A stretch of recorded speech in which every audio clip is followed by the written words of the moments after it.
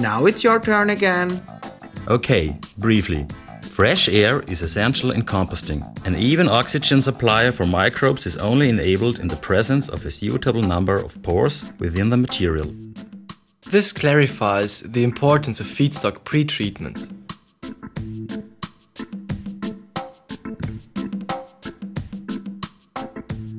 A sufficient amount of structure-rich material ensures sufficient oxygen for the microbes during the high degradation phase and during late phases of composting when pore volume decreases.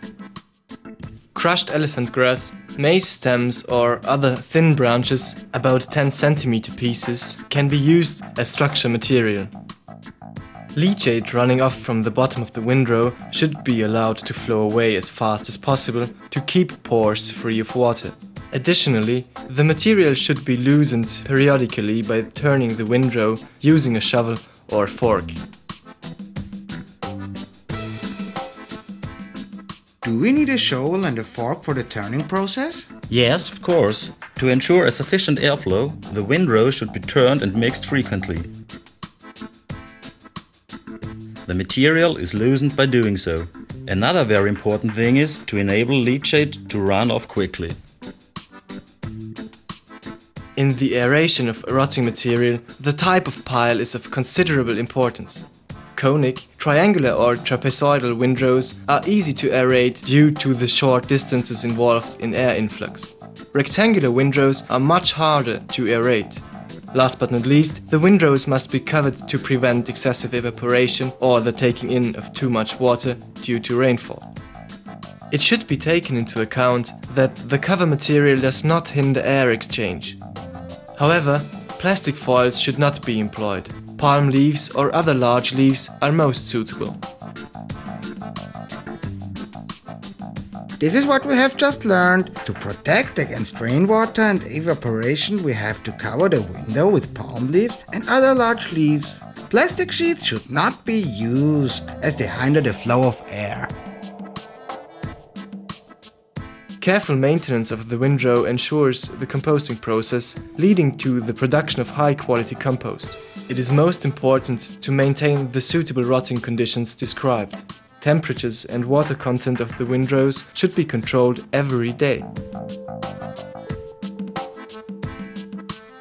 Temperatures illustrate the activity of microbes. Lenses are often used to take measurements at several points of the windrow, minimum 30 cm below the surface.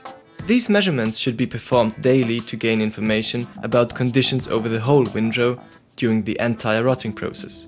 If there is no measuring lens available, a small thermometer may be used by digging into the pile. The long wooden handle of a shovel or fork may also be used to gain some idea of the temperature. The handle should be buried into the windrow and the temperature can be checked by touching the handle after it has been extracted from the windrow. The higher the temperature, the more intense the degradation performed by microbes. As mentioned previously, high temperatures are extremely important for hygienization. High temperatures kill pathogens. Hygienization effect depends on extent and duration of temperature. Hygienization is ensured in the presence of a temperature higher than 65 degrees Celsius for at least 3 days or temperatures higher than 55 degrees for 10 days. To ensure high temperatures in the cooler surface zones, wastes should be turned at least once during the high temperature phase. After turning, as before, a temperature exceeding 65 degrees Celsius for 3 days or 55 degrees for 10 days should be maintained.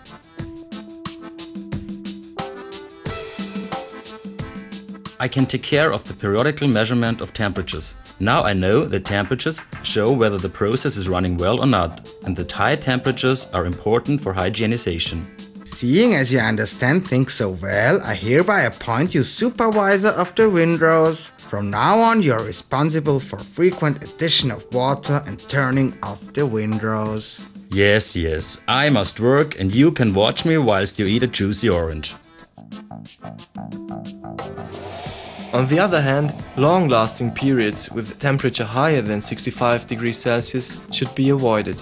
After 2 to 3 weeks, temperatures should decrease. optimum conditions are now ready for mesophilic microbes. In many cases, heat isolation is the reason for long-lasting high-temperature periods. Heat cannot be transported out of the windrow by airflow or evaporation. By means of periodical turning, during the high-temperature period, weekly turning is necessary, airflow is optimized and heat leaves the windrow. Following a prolonged duration of the composting process, temperatures decrease slowly. However, if the decrease occurs too fast, this may be due to unfavorable rotting conditions.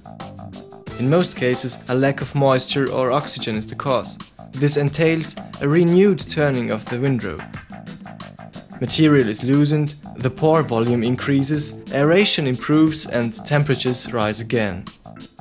Water may be added either before or during turning of the windrow to allow for a homogeneous mixing with the waste material.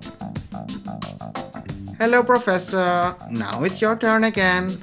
I'm only a little worm, certainly no teacher. What I know is that after a few weeks of high temperature phase, temperatures decrease slowly. High temperatures are a sign that the windrow needs to be turned.